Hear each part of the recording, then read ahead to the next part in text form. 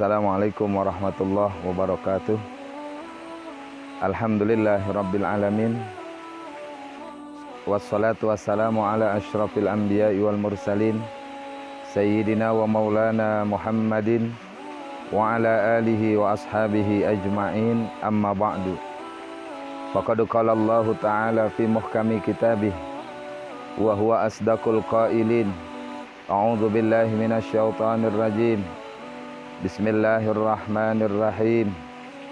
Inna a'tainakal kautsar fasalli li rabbika wanhar. Inna syani'aka huwal abtar. Sadaqallahul azim wa sadaqa rasuluhun nabiyul habibul karim. Wa nahnu ala dzalika minasyahidin. Walhamdulillahi rabbil alamin. Ma'asyiral hadirin rahimakumullah. Alhamdulillah, kita bersyukur kepada Allah Subhanahu wa ta'ala yang hingga detik ini, saat ini masih melimpahkan begitu banyaknya nikmatnya kepada kita semua. Mudah-mudahan kita mampu menjadi orang yang bersyukur terhadap nikmat Allah Subhanahu wa ta'ala. Salawat teriring salam tak lupa semoga tetap tercurah limpahkan kepada baginda Nabi kita Muhammad sallallahu alaihi wasallam, kepada keluarganya, para sahabatnya, para pengikutnya, mudah-mudahan kepada kita semua ila yaumil qiyamah. Ma'asyiral hadirin rahimakumullah, pemirsa yang budiman, bahwa tidak terasa saat ini kita berada di awal daripada bulan Zulhijjah, yang artinya bahwa sebentar lagi di bulan Zulhijjah ini ada momen yang sangat besar. Tepatnya di tanggal 10 Zulhijjah ada sebuah sejarah yang terukir yang menjadi pelajaran buat umat Islam, khususnya buat umat Nabi kita Muhammad sallallahu alaihi wasallam. Hadirin yang dimuliakan oleh Allah Subhanahu wa taala. Allah Subhanahu wa taala mengingatkan kita di saat di 10 Zulhijjah ini.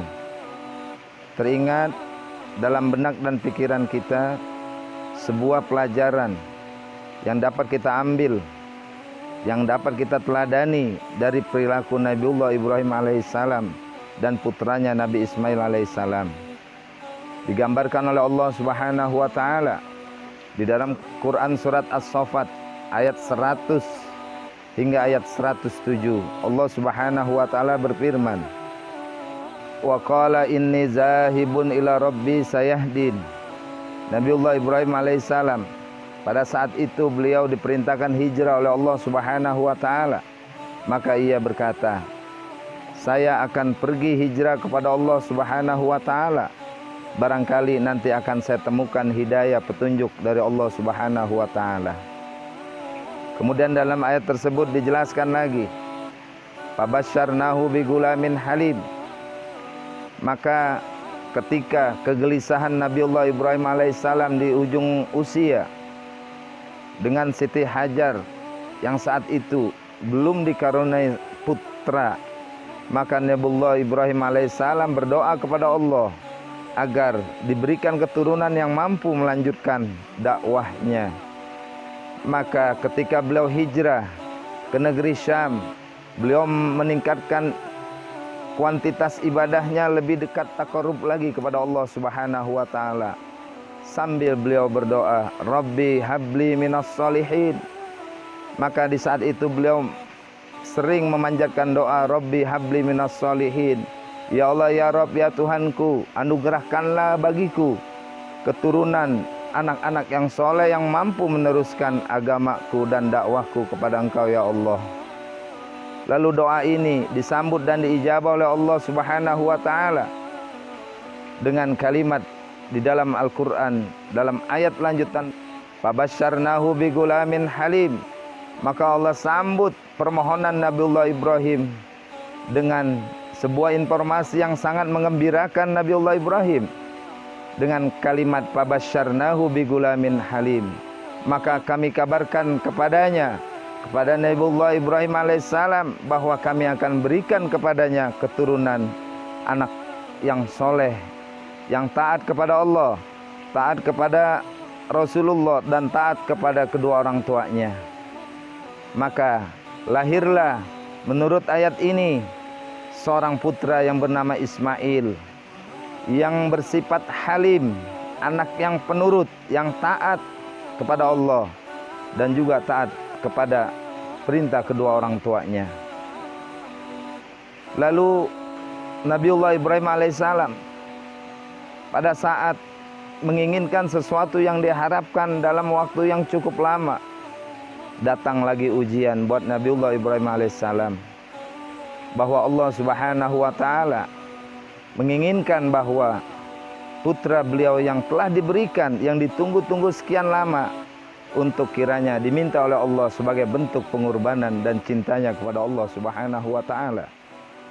Perlu kita ketahui hadirin bahwa Nabiullah Ibrahim alaihissalam beliau mendapat gelar julukan dari Allah Khalilullah, kekasih Allah. Maka ketika seseorang disebut Khalilullah, maka ia harus mampu mencurahkan seluruh cinta dan kasihnya kepada Allah Subhanahu wa taala yang melebihi cinta dia kepada yang lainnya. Maka datanglah ujian. Dalam ayat lanjutan dijelaskan, falamma balagha ma'ahu sa'ya qala ya bunayya inni ara fil manami anni azbahuka fanzur madza tara qala ya abatif al ma tu'maru satajiduni insyaallahu minas sabirin. Maka ketika Nabiullah Ibrahim alaihissalam sedang sayang dan cinta dengan putra kelahiran yang ditunggu tersebut, datang perintah dari Allah Subhanahu wa taala. Maka di suatu ketika menurut ayat ini, ketika Nabiullah Ibrahim alaihissalam dalam keadaan tidur, Allah Subhanahu wa taala memberikan mimpi dalam bentuk perintah untuk menyembelih putra kesayangan Ismail alaihissalam untuk dijadikan sembelihan sebagai bentuk kecintaan dan kedekatan kepada Allah Subhanahu wa taala. Maka dalam mimpi ini Nabiullah Ibrahim alaihissalam dalam mimpi yang pertama, pada malam yang pertama, maka mimpi ini disebut keesokan harinya disebut hari Tarwiyah. Artinya apa? Nabiullah Ibrahim alaihissalam diberikan kesempatan untuk berpikir, menganalisa apakah benar ini perintah dari Allah, bahwa Allah akan mengambil putra kesayanganku. Apakah ini ujian besar untukku, ataukah ini datangnya dari bisikan setan? Maka di malam yang kedua Nabiullah Ibrahim alaihissalam mendapat mimpi yang sama dengan perintah yang sama, bahwa Allah Subhanahu wa taala memerintahkan kepada Nabiullah Ibrahim alaihissalam untuk menyembelih putra kesayangannya. Maka esok harinya Nabiullah Ibrahim alaihissalam menganalisa bahwa ternyata perintah ini benar-benar datangnya dari Allah Subhanahu wa taala dalam kerangka menguji kesabaranku, menguji keimananku, menguji ketaatanku, menguji kecintaanku kepada Allah Subhanahu wa taala. Masyarul hadirin yang dimuliakan oleh Allah Subhanahu wa taala. Maka setelah ayat ini turun, Nabiullah Ibrahim alaihissalam memanggil putranya Ismail. Maka diberikanlah pertanyaan oleh Nabiullah Ibrahim terhadap putranya, wahai ya bunayya, wahai anak kesayanganku, inni ara fil manami anni azbahuka, wahai anakku yang tercinta, bahwa ayah tadi malam mendapat mimpi dalam bentuk perintah untuk menyembelih engkau ya anakku. Fanzur madza tara, maka bagaimana pendapat engkau ya anakku? Silakan engkau pikirkan, apakah engkau berkenan ataukah engkau tidak berkenan. Ini adalah sebuah bentuk pembelajaran seorang ayah terhadap anak, memberikan sikap demokrasi bahwa semua dikembalikan kepada anak tersebut. Apakah anak itu bersedia atau tidak? Apakah anak itu taat atau tidak kepada kedua orang tuanya? Maka anak yang solih, anak yang baik, yang taat kepada orang tua, memberikan statement jawaban yang cukup singkat dan tegas. Qala ya abatif al ma tu'maru satajiduni insyaallahu minas sabirin. Wahai ayahku yang tercinta, lakukanlah apa yang ayah diperintahkan oleh Allah tersebut. insya Allah ayah dapati aku dan kita semua termasuk orang-orang yang sabar dalam menerima perintah dan cobaan dan ujian dari Allah Subhanahu wa taala. Luar biasa hadirin yang dimuliakan oleh Allah Subhanahu wa taala, bahwa seorang anak yang sedang tumbuh besar, sedang bagus-bagusnya, sedang elok-eloknya, rela untuk dikorbankan demi ketaatan kepada kedua orang tua. Timbul pertanyaan buat kita hadirin yang dimuliakan oleh Allah Subhanahu wa taala.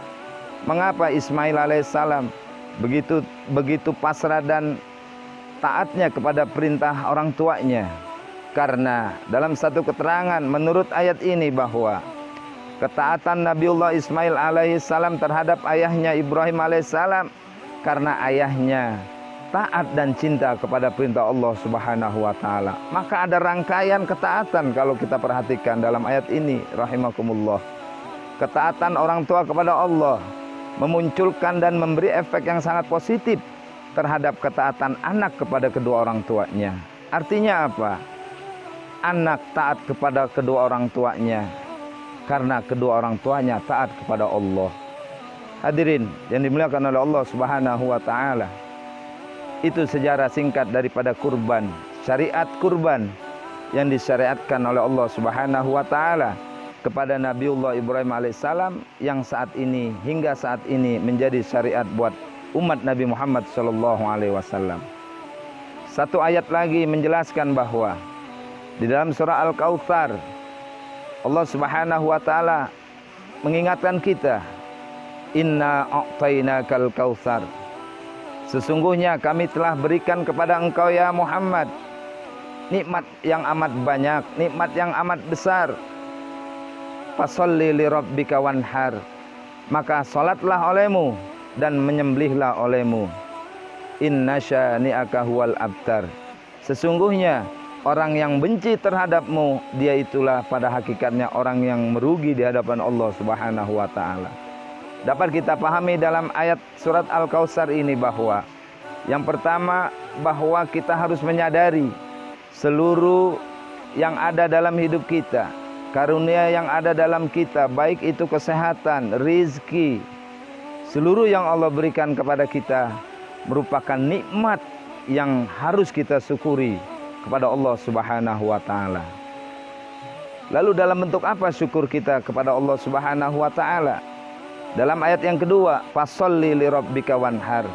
Maka perbanyaklah, lakukanlah salat sebagai bentuk sujud ketaatan kita kepada Allah Subhanahu wa taala sebagai syukur kita atas karunia yang Allah berikan begitu banyak. Yang kedua, wanhar, dan menyembelihlah.